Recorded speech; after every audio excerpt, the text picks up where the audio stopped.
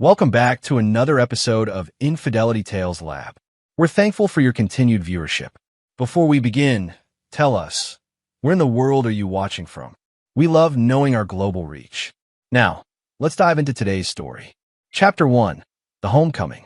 The Chicago wind cut through my coat as I pulled into the driveway of my suburban home after 5 grueling days in Detroit. The manufacturing contract negotiations had been brutal, but profitable. Exactly how I preferred my business dealings. As CEO of Midwest Industrial Solutions, I'd built my empire on the principle that weakness was a luxury I couldn't afford. Before I could even kill the engine, my neighbor Mrs. Patterson came rushing out of her house, her silver hair disheveled and her face flushed with what looked like relief. "Oh, thank God you're back, Greg," she called out, practically jogging toward my Mercedes. "She's been such a sweet baby. I took care of her for days." I stepped out, confused, my hand instinctively reaching for my phone to check if I'd missed something important. Mrs. Patterson disappeared back in her house for a moment before emerging with a bundle in her arms. A baby, maybe 6 months old, with dark hair and curious brown eyes. "Here she is," Mrs. Patterson said, beaming as she tried to hand me the child. "Your little angel was no trouble at all." I stared at the baby, my mind racing.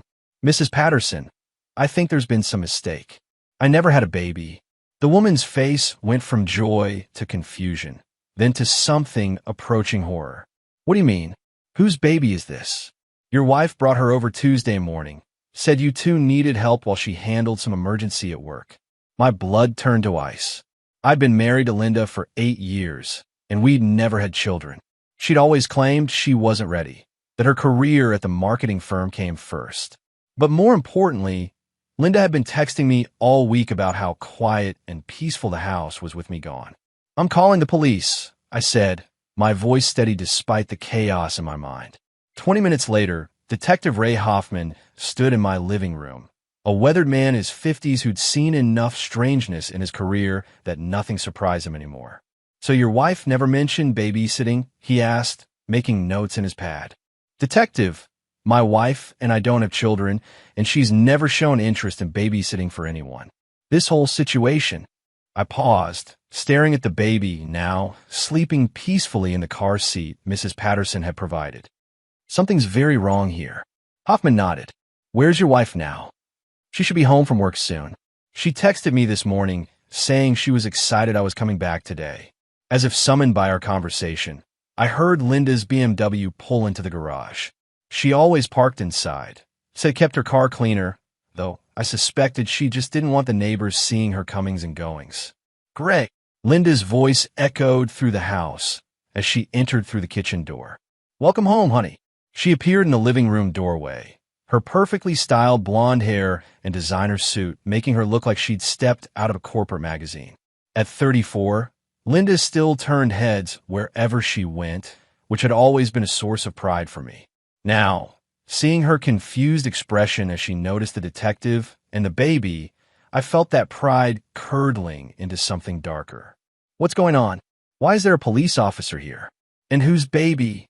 Her voice trailed off as her face went pale. "Ma'am, I'm Detective Hoffman. Your neighbor says you left this baby with her for several days while your husband was out of town." Linda's mouth opened and closed like a fish gasping for air. I don't understand. I've never seen this baby before." The detective and I exchanged glances. Either my wife was lying or Mrs. Patterson was having some kind of mental break. But Mrs. Patterson had seemed perfectly lucid, and she described Linda's car, her appearance, even mentioned that Linda had been wearing her favorite red coat when she dropped the baby off. "Mrs. Patterson seems certain it was you," Detective Hoffman said. "She described your car, your appearance, and said you specifically mentioned this was your baby and that your husband Greg was out of town on business." Linda sank into our leather armchair, her face now completely drained of color. "I swear to you, I have no idea what's happening here. I've been working late every night this week. You can check with my office." I studied my wife's face, looking for the tells I'd learned to read in business negotiations. The slight twitch of her left eye when she was stressed, the way she touched her wedding ring when she was hiding something. But I saw only genuine confusion and fear. We'll need to sort this out, Detective Hoffman said. In the meantime, we need to figure out who this baby belongs to. We'll run her through missing persons databases, check local hospitals for any births that might match. As the detective made his calls, I sat across from Linda, the baby between us like a living question mark. My wife kept staring at the child with an expression I couldn't quite read. Fear, yes, but something else. Something that made my businessman's instinct start screaming that I was missing a crucial piece of this puzzle. Linda, I said quietly, I need you to think very carefully. Is there anything at all, that might explain this? Anyone who might look like you, anyone who might know her schedules. She shook her head, but her hand moved to her wedding ring, her tell. She was lying, or at least not telling me everything. Detective Hoffman hung up his phone. No missing baby reports that match. I'm going to need both of you to come down to the station tomorrow to give formal statements. Tonight, we'll have child services take temporary custody. As we watched the social worker carry the baby away, I realized that whatever was happening here was just the beginning. In my experience, when something seemed impossible, it usually meant someone was working very hard to make it appear that way. And if someone was playing games with my life, my marriage, and my reputation, they were about to learn why I'd never lost a business deal in 15 years. I didn't forgive. I didn't forget. And I sure as hell didn't let anyone make a fool out of me. Chapter 2. Cracks in the Foundation. The next morning, Linda called in sick to work. She claimed stress from the bizarre situation with the baby, but I noticed she spent most of the morning on her phone, having hushed conversations she ended abruptly whenever I entered the room. I'd built my fortune on reading people, on seeing the angles others missed. 20 years ago, I'd been nothing, a kid from the wrong side of Chicago whose father had died in a factory accident and whose mother had worked 3 jobs to keep food on the table. I'd clawed my way up through community college, then Northwestern, then the business world, collecting enemies and crushing obstacles with equal efficiency. Linda had been one of my few weaknesses, a beautiful marketing executive I'd met at a client dinner 7 years ago. She'd been working for a small firm then, ambitious and hungry in a way that reminded me of myself. I'd helped her career along, introduced her to the right people, and when we married 3 years later, I thought I'd found someone who understood the price of success. Now, watching her pace our kitchen while speaking in whispers to someone on the phone, I wondered if I'd been played from the very beginning. Who was that? I asked when she finally hung up. Just work, she said, not meeting my eyes. They wanted to know when I'd be back. Another lie. I'd already called her office that morning, speaking to her assistant Amanda, who'd seemed surprised that Linda was sick and mentioned that Linda had actually requested today off 3 weeks ago. My phone rang. Detective Hoffman. Greg, we need to talk. Can you come in alone this morning? There are some things about this case I want to discuss privately. An hour later, I sat across from Detective Hoffman in an interview room that smelled of stale coffee and desperation. The baby's not in any missing persons database, he began. But here's where it gets interesting. We ran her DNA through the system for any family matches. And she has a father in the system, arrested 2 years ago for assault and battery. Name's Tyler Morrison, age 36. Ring any bells? The name hit me like a sledgehammer to the chest. Tyler Morrison, the creative director Linda had worked with at her previous job. She'd mentioned him frequently during her transition to the new firm, always praising his innovative campaigns and artistic vision. I'd even met him once at an office Christmas party, a tall, lean man with the kind of effortless charm that had always irritated me. I know him, I said carefully. He worked with my wife at her old company. Detective Hoffman leaned forward. Here's the thing, Greg. We reached out to Morrison. Guy claims he's never seen this baby before, says he doesn't have any children. But DNA doesn't lie. You think he's lying? I think someone's lying. Maybe everyone's lying. The question is why. He slid a file across the table. Morrison's got an interesting background. Grew up in foster care, bounced around a lot. The assault charge was for beating up his ex-girlfriend's new boyfriend. Charges were dropped when the guy refused to cooperate, but Morrison spent 2 months in county lockup. I opened the file, studying Tyler's mugshot. Even the harsh booking photo, he had that artistic, brooding look that some women found irresistible. The kind of man who wrote poetry and talked about feelings, everything I wasn't. There's more, Detective Hoffman continued. We pulled phone records. Your wife and Morrison have been in contact. A lot of contact. Text messages, phone calls, going back about 8 months. The room felt like it was spinning. 8 months. That would put it right around the time Linda started working late, claiming her new job was more demanding.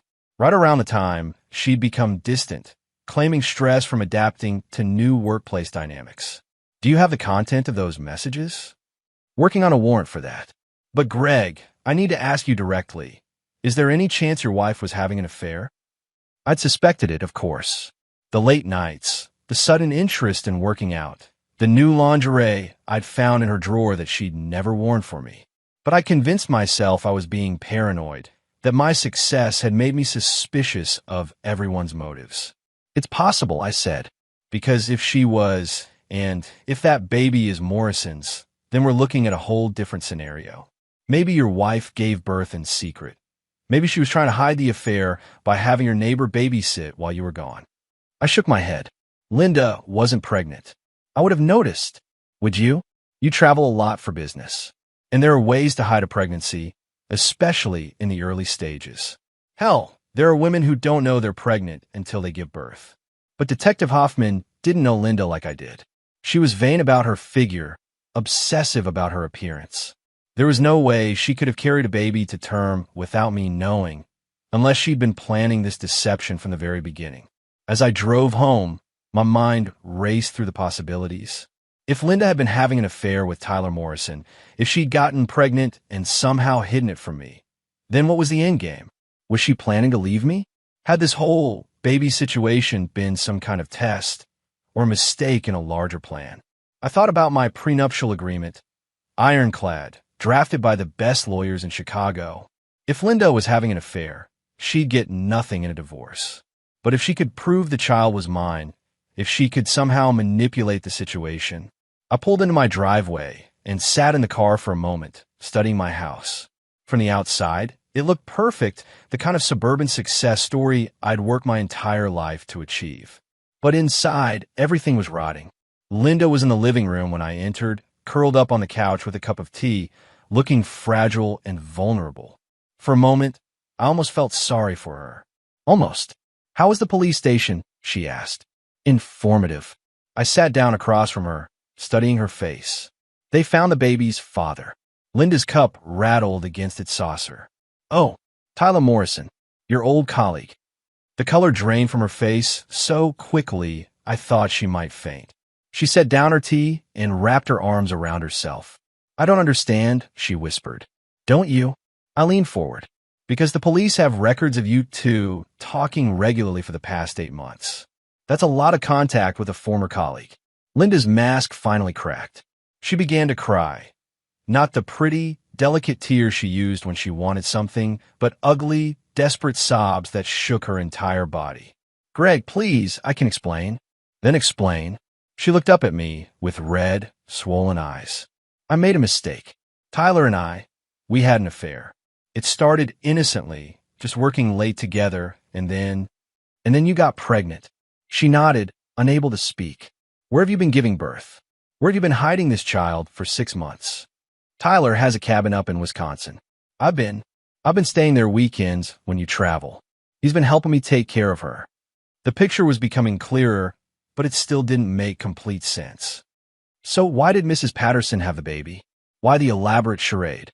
Linda wiped her eyes, and for a moment, I saw something calculating in her expression.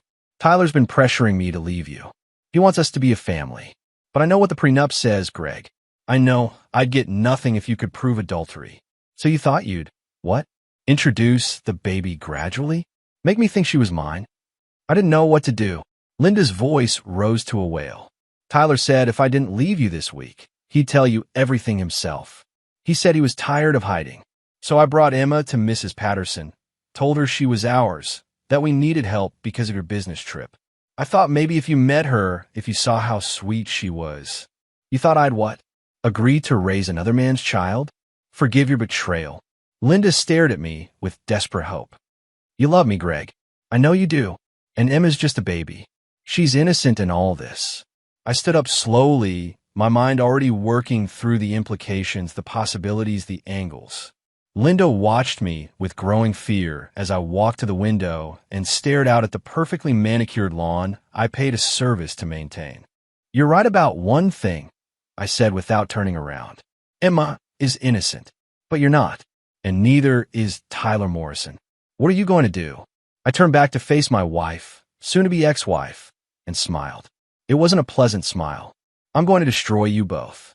Chapter 3: The Art of War.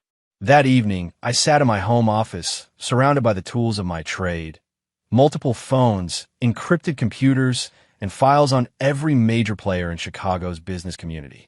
I'd built my empire by understanding that information was more valuable than money, and that patience was more powerful than rage. Linda was upstairs packing. I told her she had until morning to get out of my house. She'd begged, pleaded, promised it would never happen again, but I'd made my position clear. Our marriage was over, and she would get exactly what the prenuptial agreement specified for adultery. Nothing. But that wasn't enough. Not nearly enough. I started with Tyler Morrison, pulling everything I could find on him through my network of private investigators and corporate contacts. What I discovered painted a picture of a man who thought he was cleverer than he actually was. Tyler had grown up in the foster system, bouncing between homes until he'd aged out at 18. He'd put himself through art school, working nights as a bartender while studying graphic design during the day. His talent was undeniable. I'd seen some of his work at Linda's old company, and even I had to admit he had a gift for visual storytelling.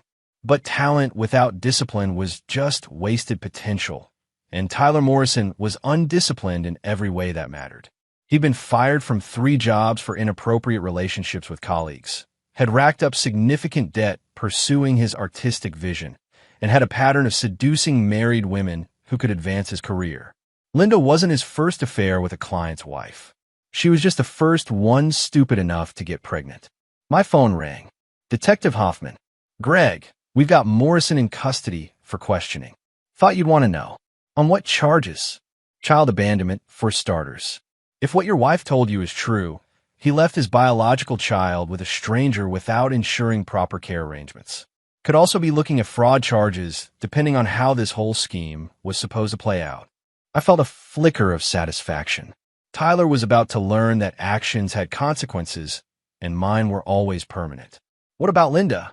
"She's cooperating fully. Gave us a written statement about the affair, the pregnancy, everything." "But Greg..." Hoffman paused. "You might want to get yourself a good lawyer. This thing's about to get messy." After hanging up, I called my attorney, David Krause, who'd handle my prenup and every major business deal I'd ever made. David was like me, a man who understood that winning wasn't enough if your opponents were still able to fight tomorrow. "Dave, I need you to file divorce papers first thing tomorrow morning. Adultery, abandonment, the works. And I want to move fast on asset protection." "Already drafting them," Dave said. "But Greg, there's something you need to consider. If Morrison's pressuring Linda to leave you, if he's threatening exposure, this might not be over just because you divorce her." He was right, of course. Tyler Morrison wasn't going to fade quietly into the background.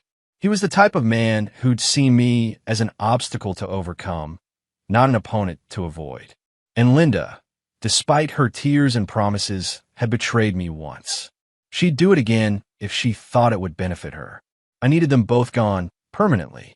The next morning, Linda left our house with 2 suitcases and the knowledge that she'd just lost access to a lifestyle worth millions.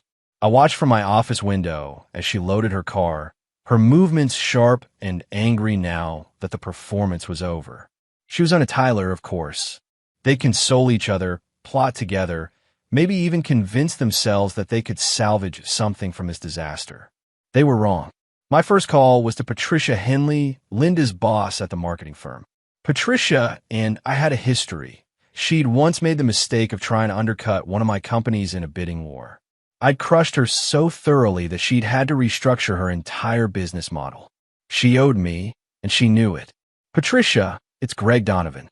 I need a favor." "Greg, I heard about Linda. I'm so sorry." "Save it. Linda won't be coming back to work. I assume you'll be conducting an internal investigation into how she used company resources to facilitate her affair. Silence on the other end. Patricia was smart enough to understand the implications. Of course, she said finally. We take workplace conduct very seriously. Good. I'd hate to have to review our vendor contracts and find reasons to terminate them. Linda's career in Chicago was finished. But that was just the beginning. My second call was to Marcus Webb, a private investigator who specialized in the kind of problems that required creative solutions.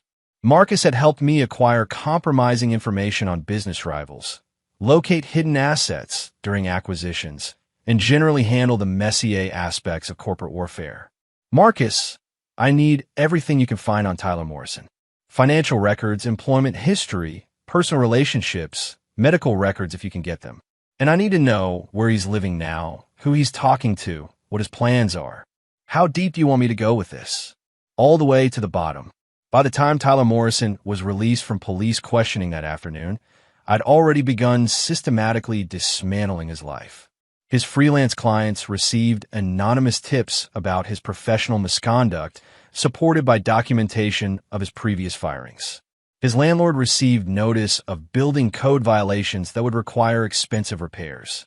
His bank received reports of suspicious activity that would trigger a financial investigation. But the real masterpiece was still to come. That evening, I drove to the seediest bar I could find on the south side of Chicago, a place where the lighting was dim and the clientele didn't ask questions. I wasn't there for the atmosphere. I was there to meet Vincent Carballo. Vincent was a man who solved problems for people who could afford his services. He wasn't a traditional criminal. He was more of a consultant who specialized in pressure, intimidation, and making people disappear from public view without technically breaking any major laws. Mr. Donovan, Vincent said, sliding into the booth across from me. He was a small, neat man in an expensive suit who looked more like an accountant than an enforcer. I heard you might have need of my services. I have a problem, I said. Two problems, actually. A cheating wife and her lover who think they can manipulate me. Vincent smiled. And you'd like them to reconsider that position? I'd like them to understand that betraying me was the worst mistake of their lives. I want them to wish they'd never met each other, never met me, never been born. That's a comprehensive request. It'll require a comprehensive solution. We talked for an hour, Vincent taking notes in a small black book as I outlined exactly what I wanted done. By the time we shook hands, Tyler Morrison and Linda's comfortable new life together was living on borrowed time. I drove home through the empty Chicago streets, feeling more satisfied than I had in months. Linda and Tyler thought they'd won something by being together, but they'd actually just made themselves easier targets. Tomorrow, they'd begin to understand what it meant to cross Greg Donovan. And by the time I was finished with them, they'd serve as a warning to anyone else who might be tempted to take what was mine. In my experience, there were two types of people in the world, predators and prey. Linda and Tyler had mistaken me for the latter. They were about to learn how wrong they were. Chapter 4. The Unraveling. Tyler Morrison lived in a converted warehouse loft in an up-and-coming neighborhood that still had enough rough edges to keep the rent affordable. I knew this because Marcus Webb had provided me with a detailed report on Tyler's living situation, financial status, and daily routine.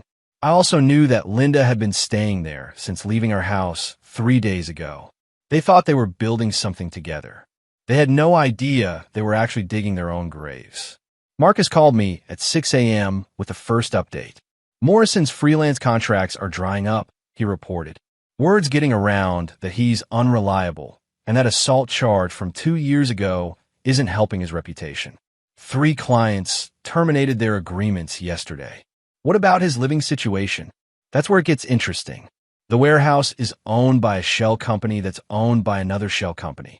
Turns out the ultimate owner is Gregory Chun. Remember him?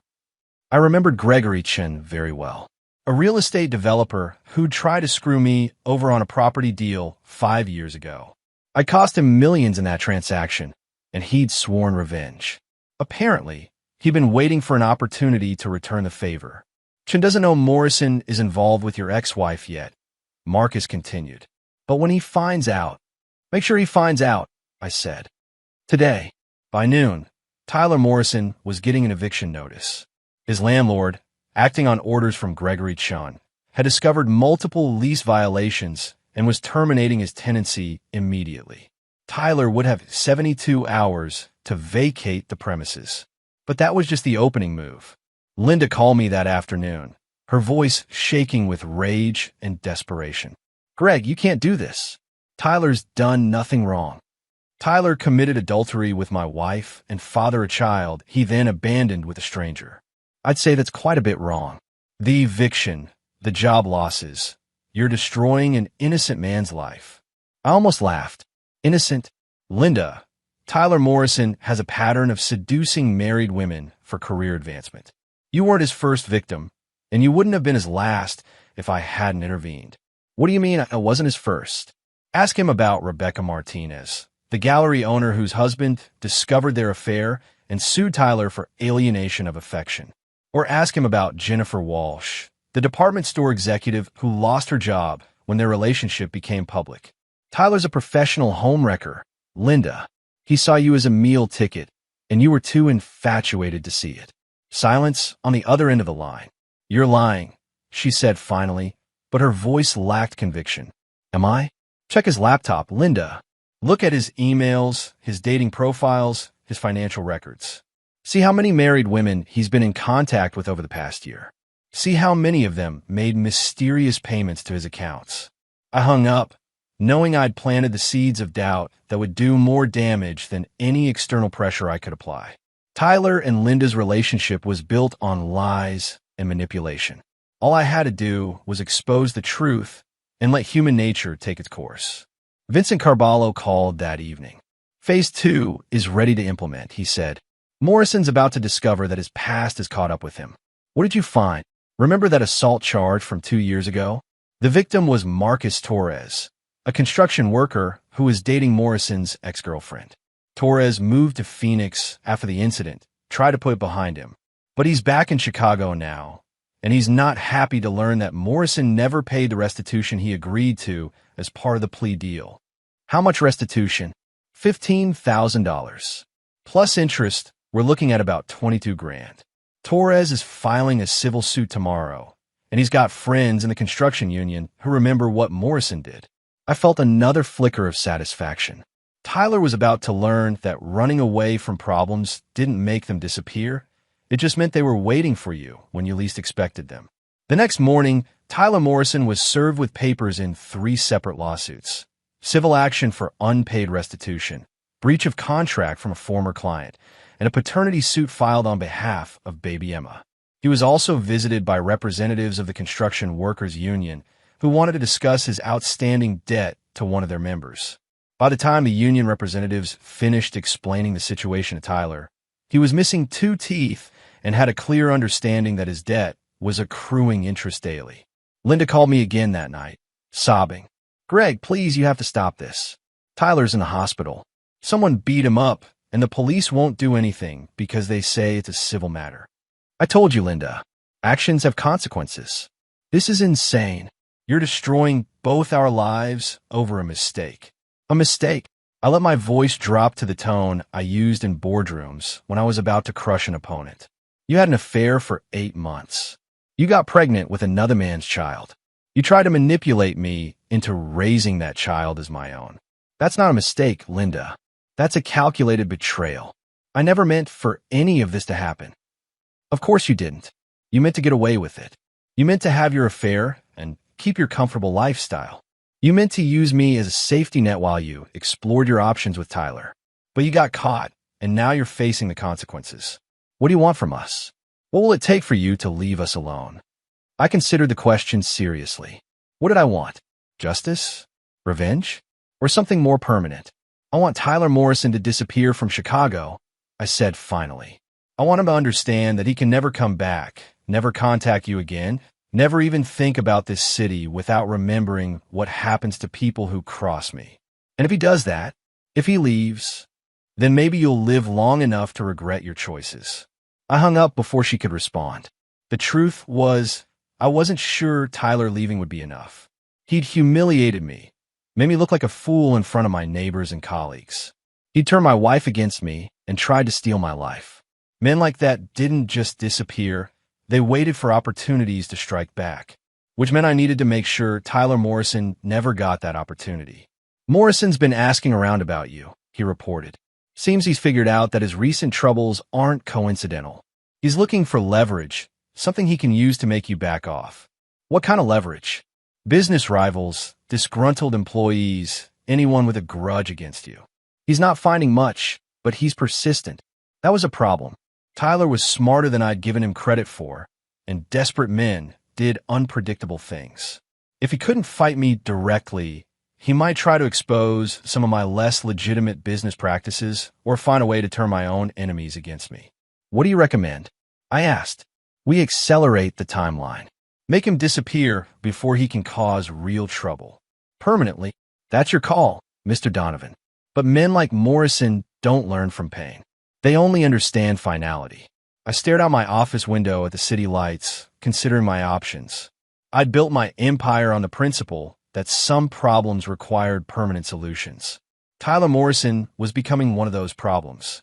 Set up a meeting, I said. Tomorrow night. Tell him I want to discuss terms for his departure from Chicago.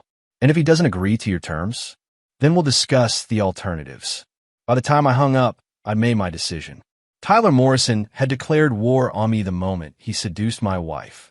Now, he was going to learn what happened when you brought a knife to a gunfight. Tomorrow night, one way or another, this would end. Chapter 5. The Devil's Bargain. The meeting was set for midnight at Navy Pier, in the shadow of the Ferris wheel where tourists came to see the city lights. I chose the location deliberately, public enough to seem safe, isolated enough for privacy, and symbolic enough to send a message. Tyler Morrison was about to get a very clear view of the city he'd be leaving forever. I arrived early, positioning myself near the railing with a clear view of the approaches. At 52, I'd learned to never walk into a situation without understanding all the angles. Marcus Webb was positioned nearby with a camera to document whatever happened, and Vincent Carballo was close enough to intervene if things went sideways. Tyler arrived at exactly midnight, and I had to admit he had courage. His face was still bruised from his encounter with the construction workers. His left arm was in a sling, and he walked with a slight limp. But his eyes were clear and angry, the look of a man who decided he had nothing left to lose. You wanted to talk, he said without preamble. So talk. You're a smart man, Tyler. You've figured out that your recent troubles aren't coincidental. You've been systematically destroying my life for the past week. My job, my home, my relationships, all gone because you can't handle the fact that your wife chose me over you. I smiled at that. Is that what you think happened? That Linda chose you. She's carrying my child. She was ready to leave you before this whole mess started. Tyler, Linda was never going to leave me. She likes the lifestyle too much, the house, the cars, the social status. You were her midlife crisis, not her future. His jaw tightened. You don't know what you're talking about. Don't I? Tell me, Tyler, how many times did Linda promise to leave me over the past 8 months? How many times did she say she just needed a little more time to figure out the logistics? I saw the doubt flicker in his eyes. Linda had been stringing him along, just like she'd been stringing me along, playing both ends against the middle while she figured out her best option.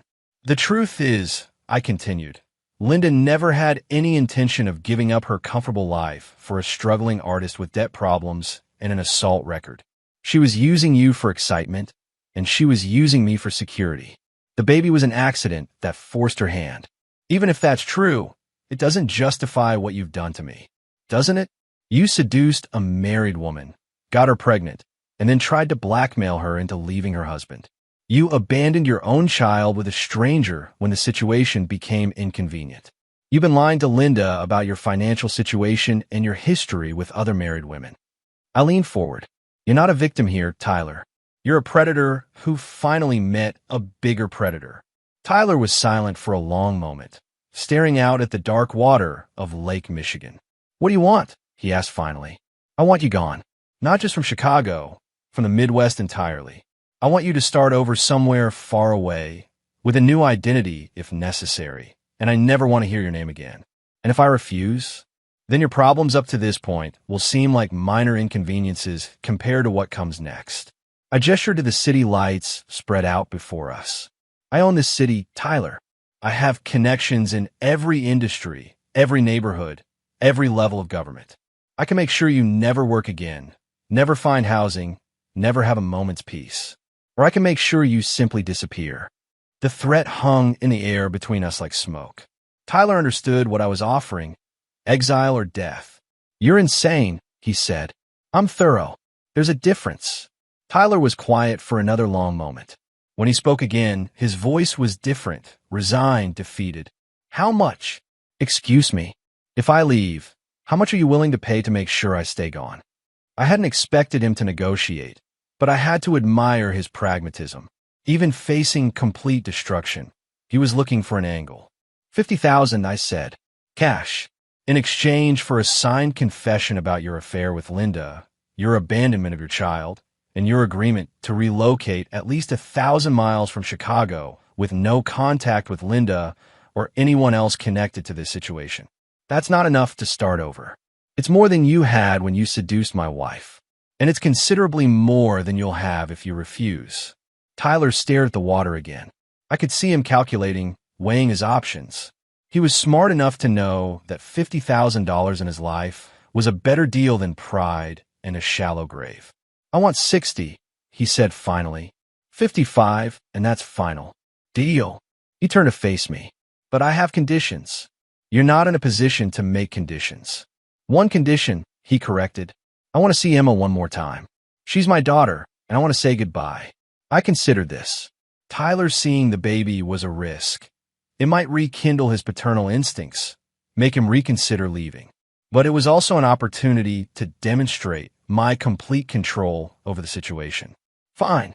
Tomorrow afternoon. 1 hour, supervised. And then you're gone. We shook hands, sealing the deal. As Tyler walked away into the night, I felt a satisfaction I hadn't experienced since closing my first major business acquisition. I'd identified a threat, neutralized it, and turned a potential enemy into a controlled asset. But as I watched Tyler disappear into the shadows, I realized I might have made an error in judgment. I'd assumed he was just another weak man who could be bought or intimidated. I treated him like a business problem to be solved rather than a human being with his own agenda. Tyler Morrison was leaving Chicago, but I had a growing suspicion that this wasn't over. Men like him didn't simply disappear. They waited, planned, and looked for opportunities to even the score. I'd have to make sure he never got that opportunity. Vincent appeared beside me, as if materializing from the darkness. You think he'll keep the deal? Vincent asked. For a while. But Tyler Morrison is the type of man who holds grudges. Sooner or later, he'll convince himself that he can come back and reclaim what he thinks is his. So what's the real plan? I smiled, looking out at the city lights that represented everything I'd built and everything I was willing to protect. The real plan, Vincent, is to make sure Tyler Morrison never makes it to wherever he's planning to go. Chapter 6, Blood in the Water. The next afternoon, I arranged for Tyler to meet baby Emma at a neutral location, a family court facility where supervised visitations were conducted. I wanted witnesses, official records, and most importantly, I wanted Tyler to understand that this meeting was happening because I allowed it, not because he had any rights. Linda was there too, holding Emma with the awkward uncertainty of someone still learning to be a mother. She looked exhausted, hollow-eyed, like a woman who was finally beginning to understand the scope of what she'd lost. Tyler entered the visitation room with the careful movements of a man whose body was still healing from his recent beating. But his eyes were focused entirely on the baby, and for a moment, I saw something I hadn't expected, genuine love. She's beautiful, he whispered, reaching out to touch Emma's tiny hand. Linda looked between Tyler and me, her face a mask of confusion and fear. Tyler, what's happening? Greg said you wanted to see Emma, but he won't tell me why. Tyler took the baby, holding her with surprising competence. I'm leaving, Linda. Tonight. What do you mean, leaving? Leaving for where? Away. Far away. Your husband has made it clear that Chicago isn't big enough for both of us. Linda's face went white. No. Tyler, we can fight this. We can. Fight what? Fight him. Tyler gestured toward me with his free hand. Look what he's done to me in 1 week. Look what he's done to us. I've lost my job, my home, my savings. I'm facing 3 lawsuits and a group of union workers who want to collect on an old debt with interest. And that's just the beginning. But Emma will be better off without me. Tyler's voice cracked slightly. At least until she's old enough to understand why her father had to disappear. I watched this exchange with growing satisfaction. Tyler was doing exactly what I'd hoped, destroying Linda's remaining illusions about their relationship while simultaneously removing himself as a threat. In one conversation, he was eliminating both the competition and the complications. Tyler, please, Linda pleaded.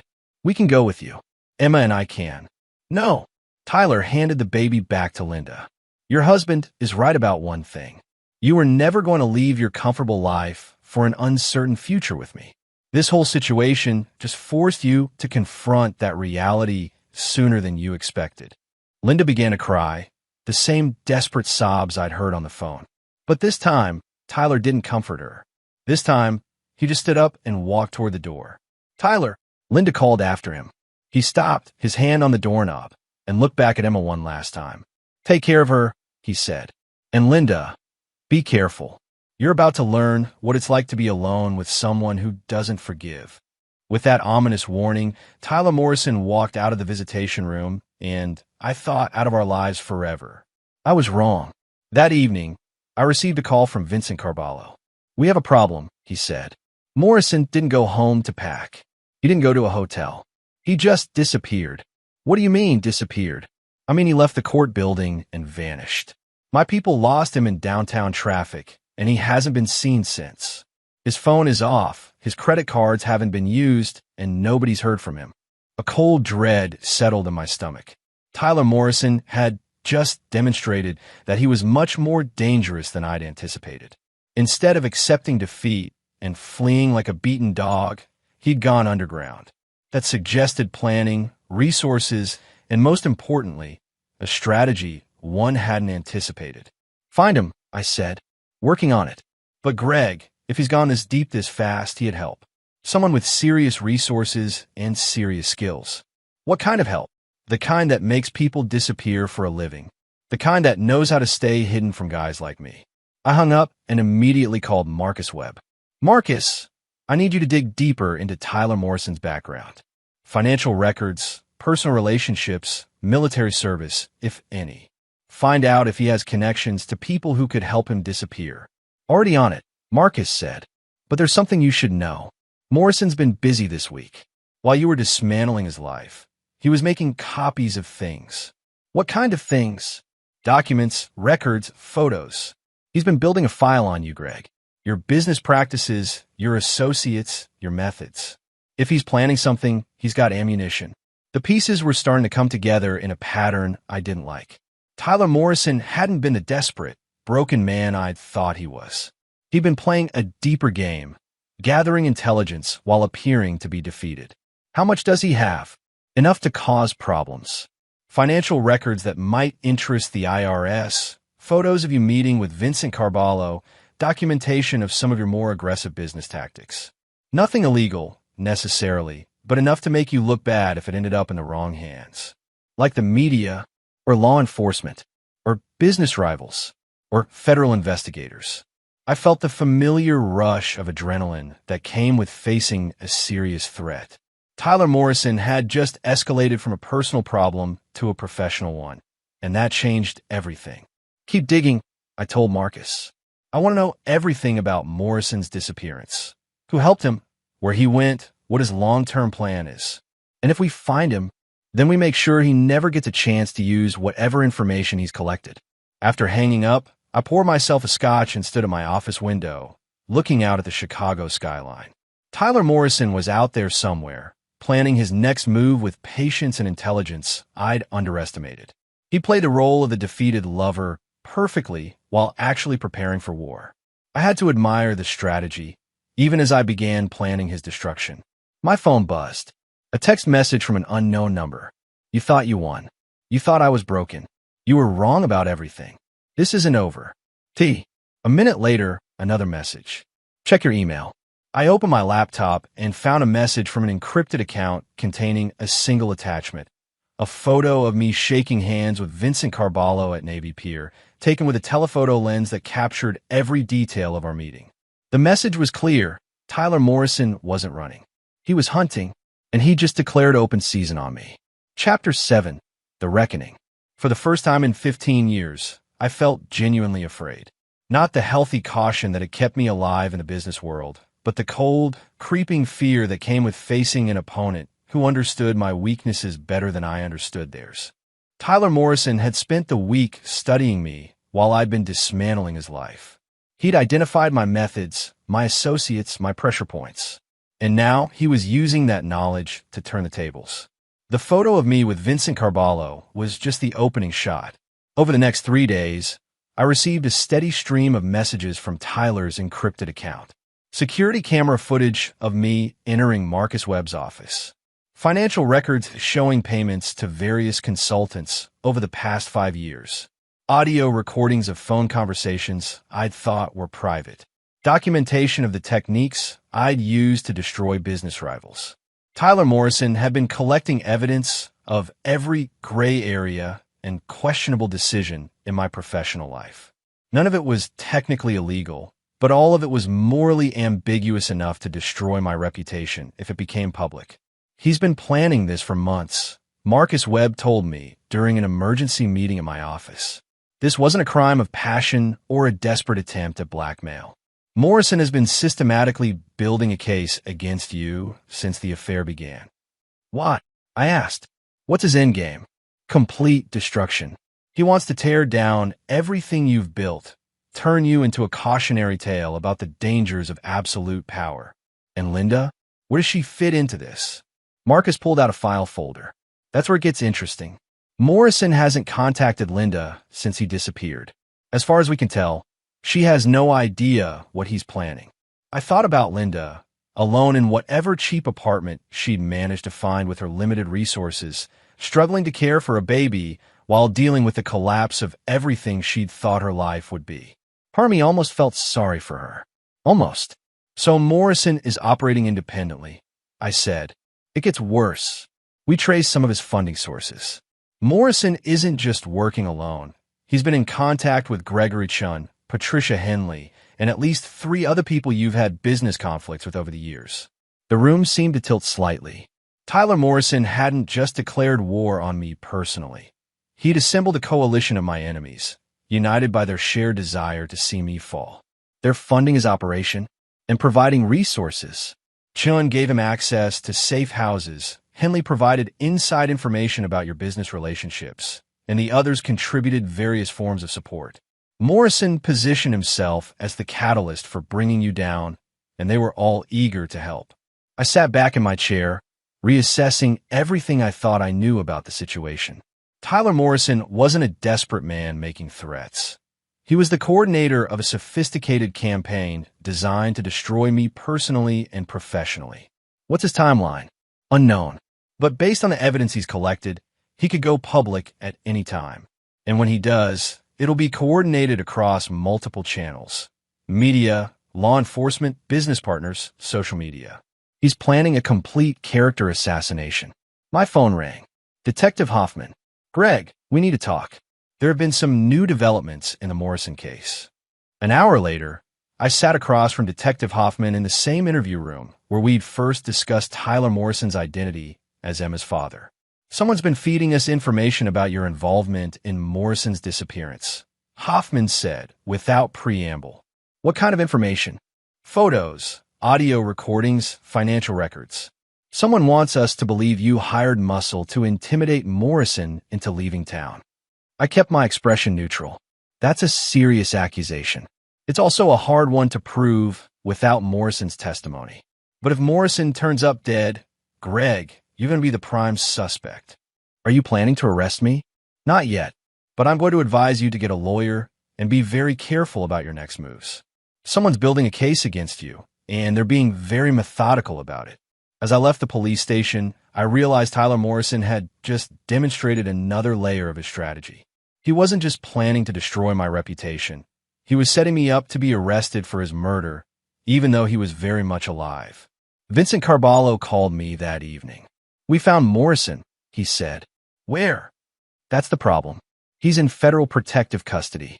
Turns out he's been cooperating with an FBI investigation into organized crime connections in Chicago business." Your name came up. The pieces fell into place with sickening clarity. Tyler Morrison hadn't just been gathering evidence against me personally. He'd been building a federal case. The FBI was using him as an informant to investigate the gray areas of Chicago business, and I was one of their primary targets. How long has this been going on? Best guess? Since before he met Linda.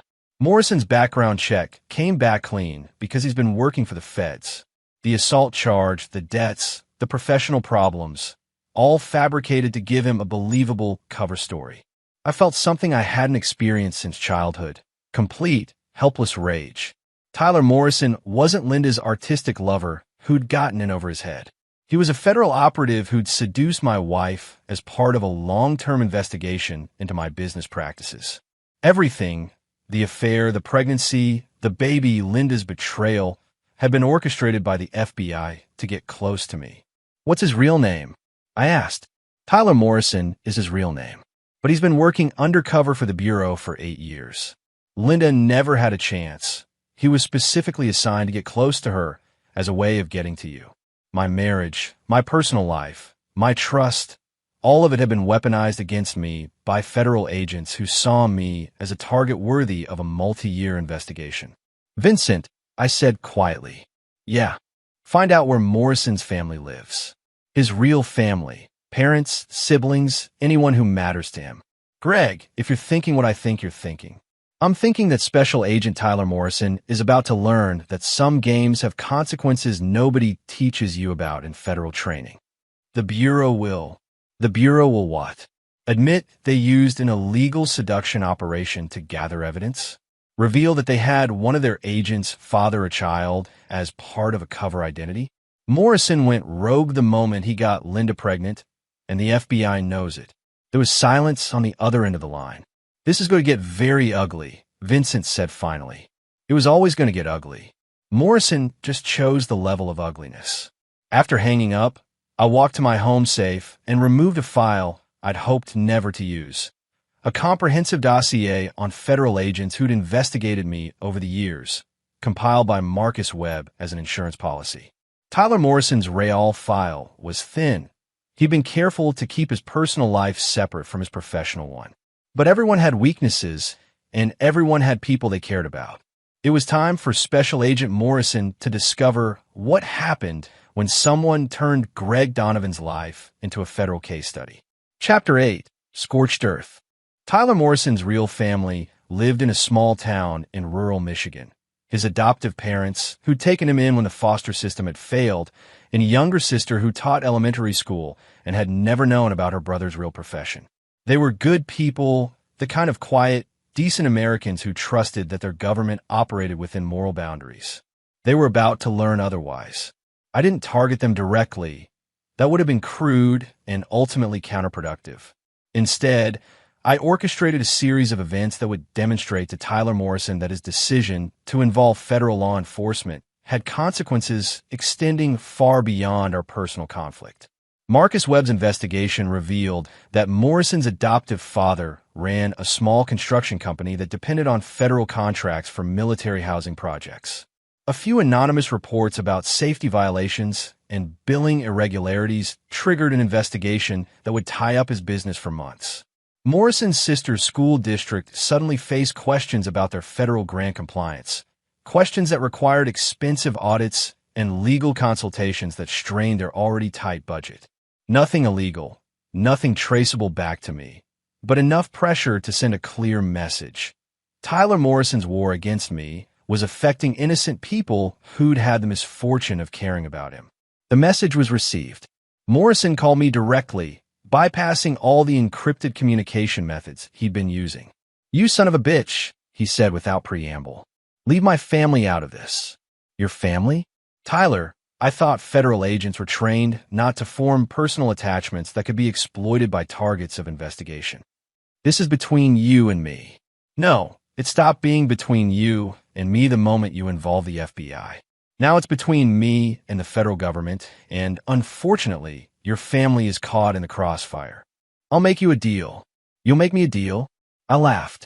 Tyler, you're a federal informant who seduced a married woman, got her pregnant, and abandoned the resulting child. Do you really think you're in a position to negotiate? The FBI. The FBI is going to hang you out to dry the moment this becomes public.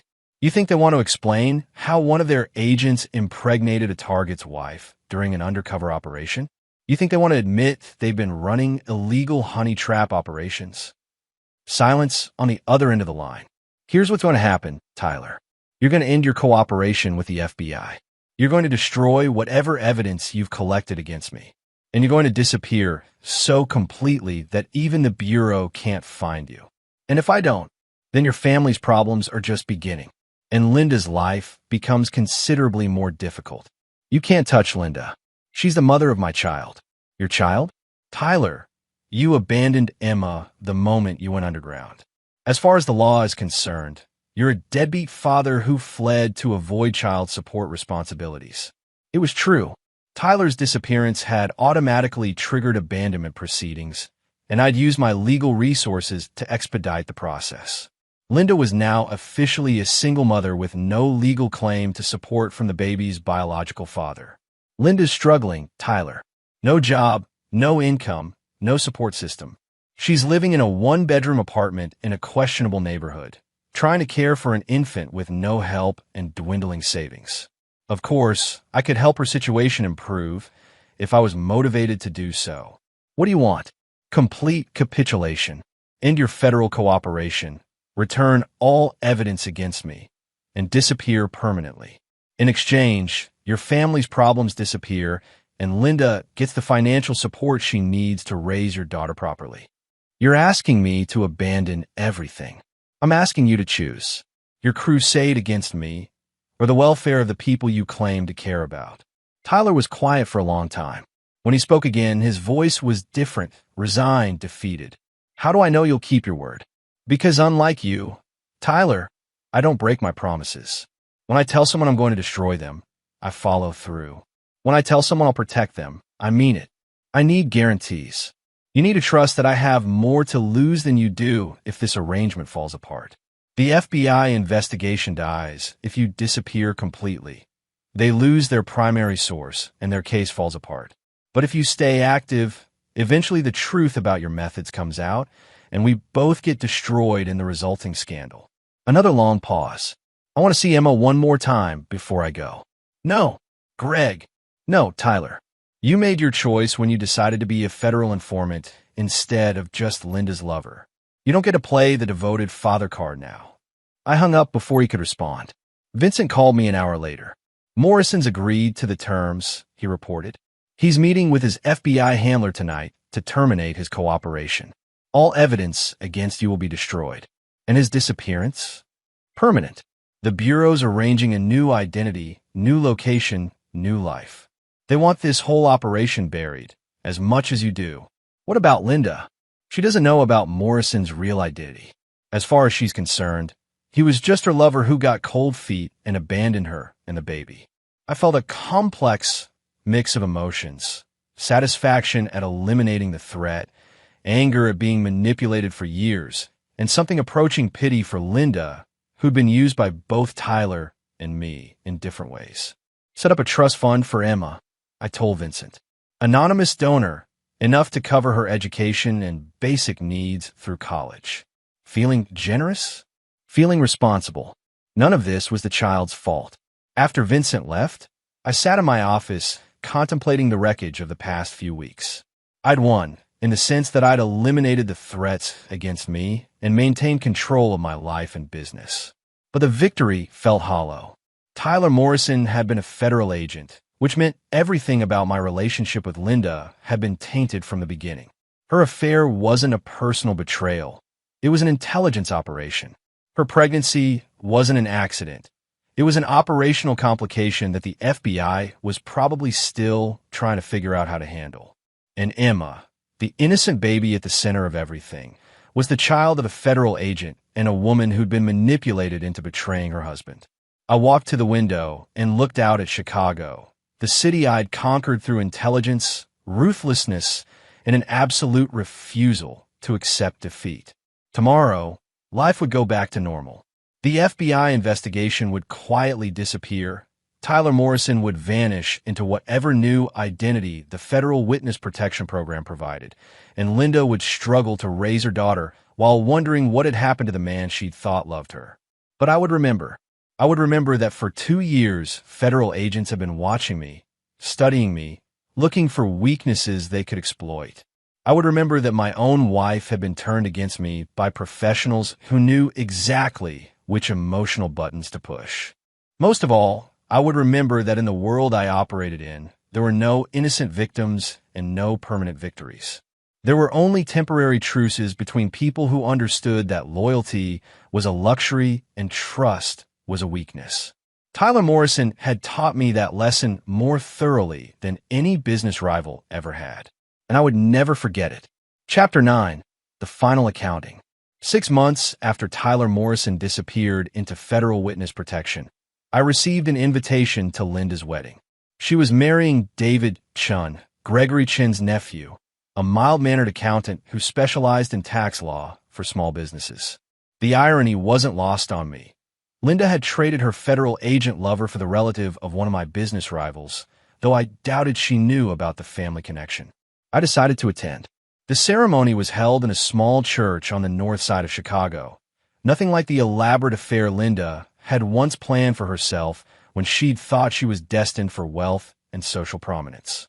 She wore a simple white dress, carried Emma in her arms instead of flowers, and looked genuinely happy for the first time since I'd known her.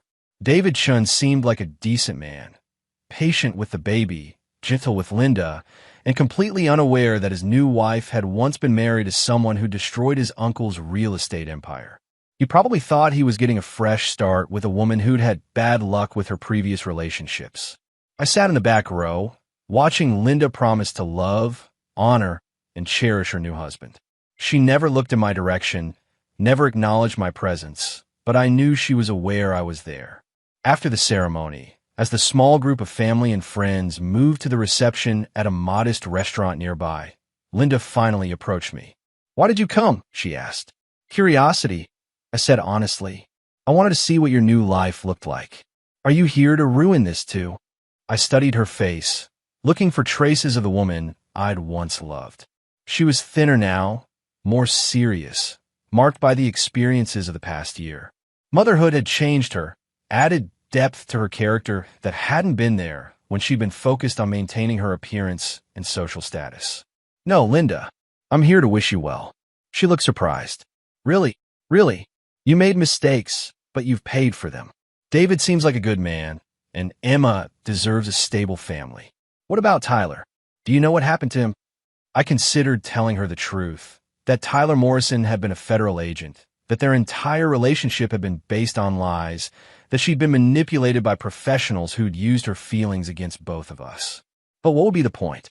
Linda had built a new life based on the assumption that Tyler had simply abandoned her. The truth would only cause more pain. "Tyler Morrison made his choice," I said. "He chose his own interests over his responsibilities to you and Emma. Some men are built that way." Linda nodded slowly. "I used to think you were the cold one, Greg. But Tyler, when he left, it was like he just turned off all his feelings. Like Emma and I had never mattered to him at all. Maybe you never did." It was harsh but accurate. Tyler Morrison, the person, had never existed. There had only been Special Agent Morrison playing a role designed to gather intelligence on me. Linda had fallen in love with a fiction. "I'm sorry," Linda said quietly. "For all of it. For the affair, for lying to you, for trying to manipulate you into accepting Emma as your own child. I know that doesn't undo anything, but I need you to know that I'm sorry. I know you are. Do you think you'll ever forgive me?" I looked at Linda, holding another man's baby while wearing another man's ring, and realized that forgiveness wasn't the right word for what I felt. I'd moved beyond anger, beyond hurt, even beyond the desire for revenge. What remained was a cold understanding of human nature and the lengths people would go to protect their own interests. I don't forgive you, Linda, but I don't hate you either. You're just someone I used to be married to who made decisions I couldn't live with. She accepted this with more grace than I'd expected. Will you be okay? She asked. I'll be fine. I always am. I mean, really okay. Not just successful or powerful or in control. Actually okay. The question caught me off guard. Linda was asking about something I rarely allowed myself to consider, whether the life I'd built was actually worth living or just worth winning. I'm exactly who I chose to be, I said finally. Linda nodded, understanding that this was the only answer I could give. Take care of yourself, Greg. Take care of Emma. I left the reception without speaking to anyone else, driving through Chicago as the sun set over the lake. The city looked the same as always, ambitious, relentless, beautiful in its harsh efficiency. It was the perfect place for someone like me, someone who understood that loyalty was temporary and trust was dangerous. But as I pulled into my empty driveway and walked into my empty house, I found myself thinking about Linda's question. Was I actually okay? Or had I just become so good at controlling my environment that I'd forgotten what okay felt like? My phone buzzed. A text from an unknown number. Congratulations on your victory. You played the game better than I gave you credit for. Tyler Morrison, checking in from whatever new life the FBI had created for him. Even in federal protection, he was still keeping tabs on the situation, still unable to let go completely. I deleted the message without responding. In my study, I poured myself a scotch and sat at my desk, surrounded by the trophies of 30 years in business. Awards, photographs with politicians and celebrities, framed deals that had made me wealthy beyond most people's dreams. I'd won. Tyler Morrison was gone, Linda was out of my life, and my business empire was stronger than ever. The FBI investigation had quietly died when Morrison disappeared, and my reputation had emerged largely intact. But as I sat alone in my perfectly appointed house, drinking expensive whiskey and reviewing the quarterly reports that showed my company's continued growth, I realized that victory and satisfaction weren't the same thing. I'd built a life where I could control every variable, eliminate every threat, and ensure that nobody could hurt me. But in making myself invulnerable, I'd also made myself isolated. I had associates, but no friends, business partners, but no companions, and enough money to buy anything except the one thing money couldn't purchase: genuine connection with another human being. Tyler Morrison had been a federal agent, but he'd at least been capable of forming real attachments, even if they were operationally inappropriate. Linda had been unfaithful, but she'd been capable of love, even if she'd given it to the wrong person. I was capable of winning. Nothing more, nothing less. My phone rang. Vincent Carballo. We've got a problem with the Morrison situation, he said. What kind of problem? The kind that suggests this isn't over. I set down my scotch and reached for a pen. After 30 years in business, I'd learned that problems were just opportunities that hadn't been properly analyzed yet. Tell me everything, I said. As Vincent began outlining the new complications that had arisen from Tyler Morrison's federal witness protection, I felt the familiar surge of adrenaline that came with facing a worthy opponent. I thought the game was over. Instead, it had just moved to a new level. And in my experience, the games that lasted the longest were always the most interesting ones. Outside my window, Chicago glittered in the darkness like a circuit board, all lights and connections and hidden currents of power. Somewhere out there, Tyler Morrison was planning his next move under a new identity, probably still convinced he could find a way to destroy me. He was wrong, of course, but I had to admire his persistence. After all, I taught him everything he knew about never giving up. And there you have it. Another story comes to an end. What did you think? I'd love to hear your thoughts in the comments below. If you enjoy this story, consider joining our community by subscribing. It means the world to us. For more stories like this one, check out the recommended videos on screen. And I'll see you there.